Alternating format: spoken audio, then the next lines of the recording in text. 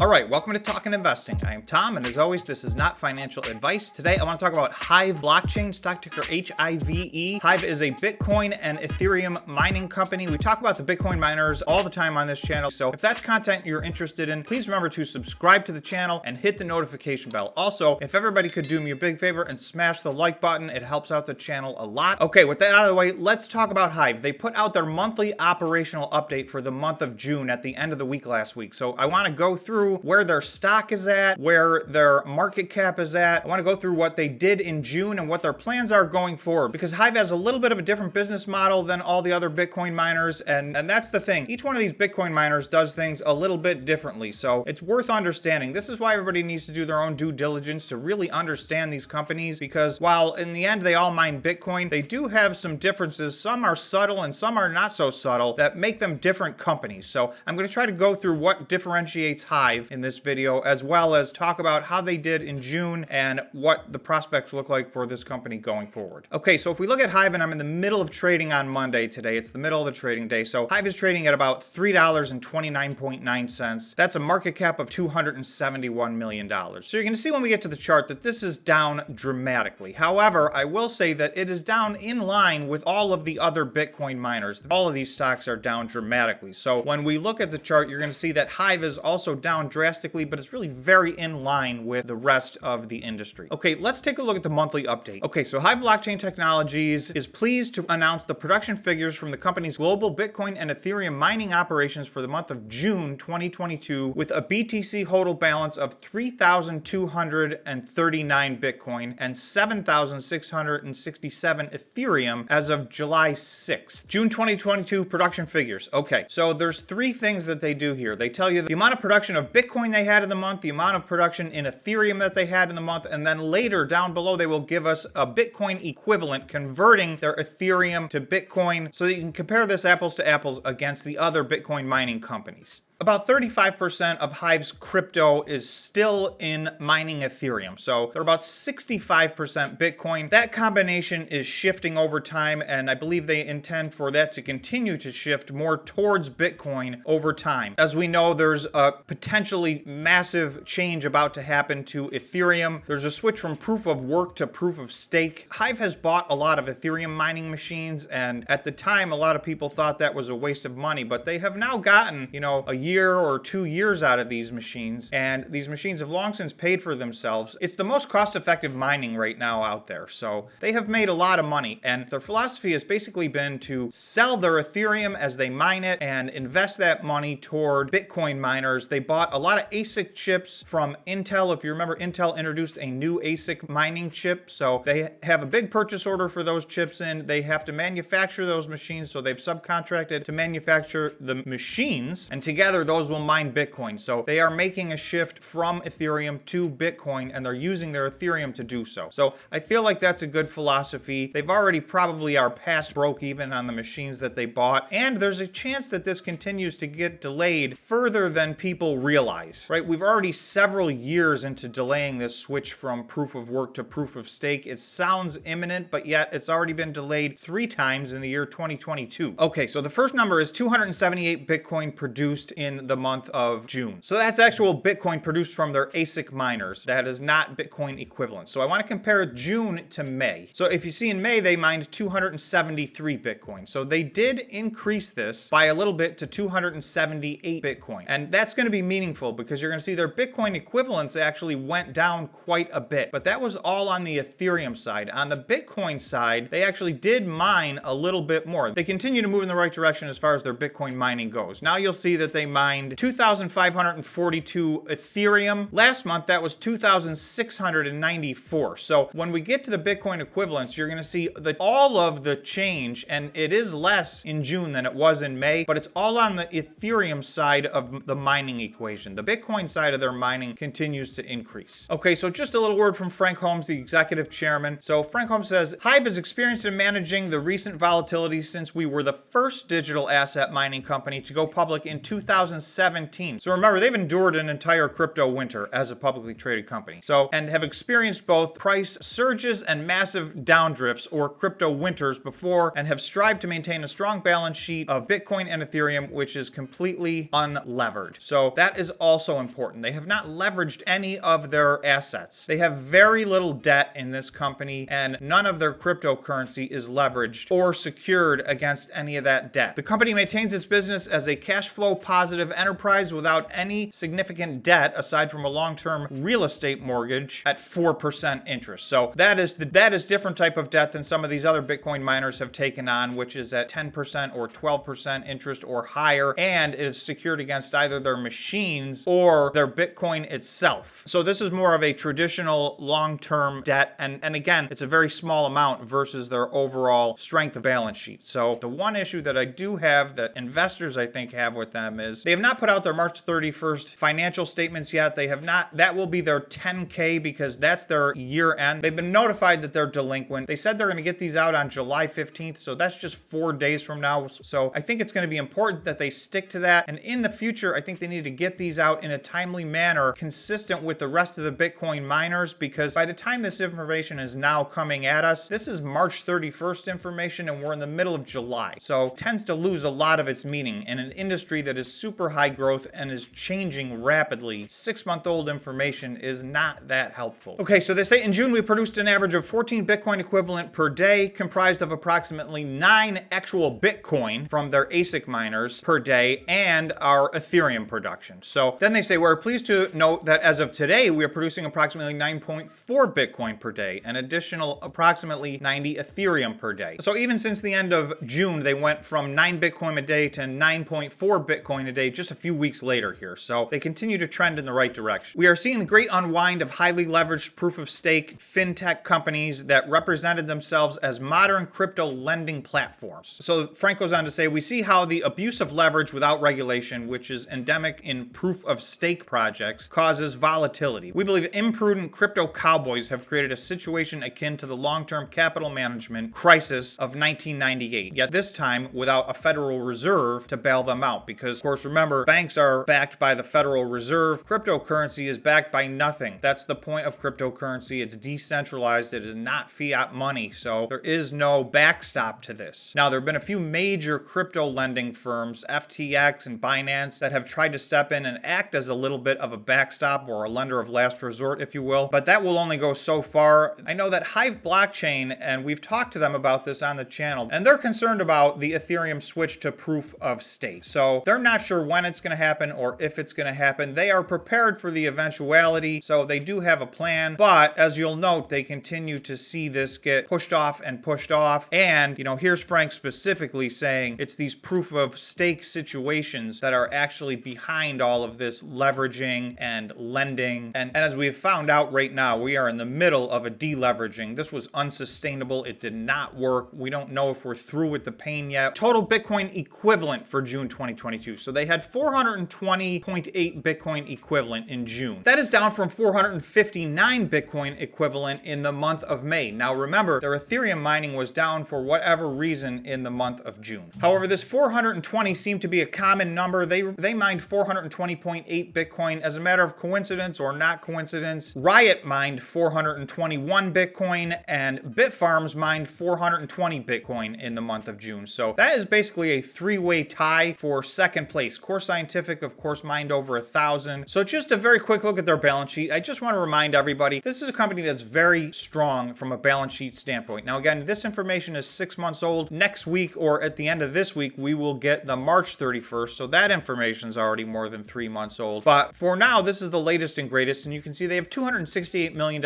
in current assets. They have $487 million in total assets. And if you look at their total liabilities, they only have $55 million of total liabilities at this time at December 31st. So their asset to liability ratio is spectacular. This is a very, very strong balance sheet. They don't even have an at-the-market shelf offering program to dilute themselves at this point. They finished that up and closed it out. So by all accounts, they seem to be cash flow positive, as Frank said in the monthly update, and they're paying for things as they go. So we will wait for more current information to come out, but the latest and greatest information that we have shows a very strong balance sheet. Now I just want to go to the chart real quickly. This is the chart chart Hive on the 1 week time frame. So if we go from their highs back on November 8th, and that is when Bitcoin was at $69,000, so that was Bitcoin's all-time high as well. If we go down to where Hive is trading today, that is down 88%. So that's actually, like I said, very much in line with the entire Bitcoin mining industry. All of the publicly traded Bitcoin miners on the average are actually down a little bit over 90%. So this is right in line, maybe a little bit better, but basically the same as the entire industry. As the cryptocurrency world and Bitcoin in specific has had major pullbacks in their price, these are leveraged plays and they've pulled back even further in the short term. A couple things I want to look real quickly while we're on the 1 week schedule. If you take a look, Hive has spent several weeks in oversold territory. In other words, under 30 on the RSI on the weekly time frame. So there have really only other been 2 times in the history of Hive's company that they have been there. That was back in December of 2019 and December of 2018. So they spent very little time down here. So they're extremely oversold from this perspective. And if I look at the MACD on the 1 week time frame, you'll see they are on the verge of a bullish crossover. So they have not had a bullish crossover on the MACD on the weekly time frame since October of 2021. And we remember that in October and November, both Hive and Bitcoin had a massive run up. They did get close one other time in April. They almost had a bullish crossover, but it was not confirmed and they headed back down. So you'll see we are right here. I mean, we're as close to a crossover as we can get. So Bitcoin does trend in the right direction for the next few weeks. Then I would expect a bullish crossover and maybe a nice little recovery run in Hive and in Bitcoin in the short term. However, we do have CPI coming out, which is the inflation numbers on Wednesday this week. So if that goes sideways, this could put all of this on delay and it may be some time then before we actually see our bullish crossover here. Lastly, this is Hive on the 1 day time frame. So you'll see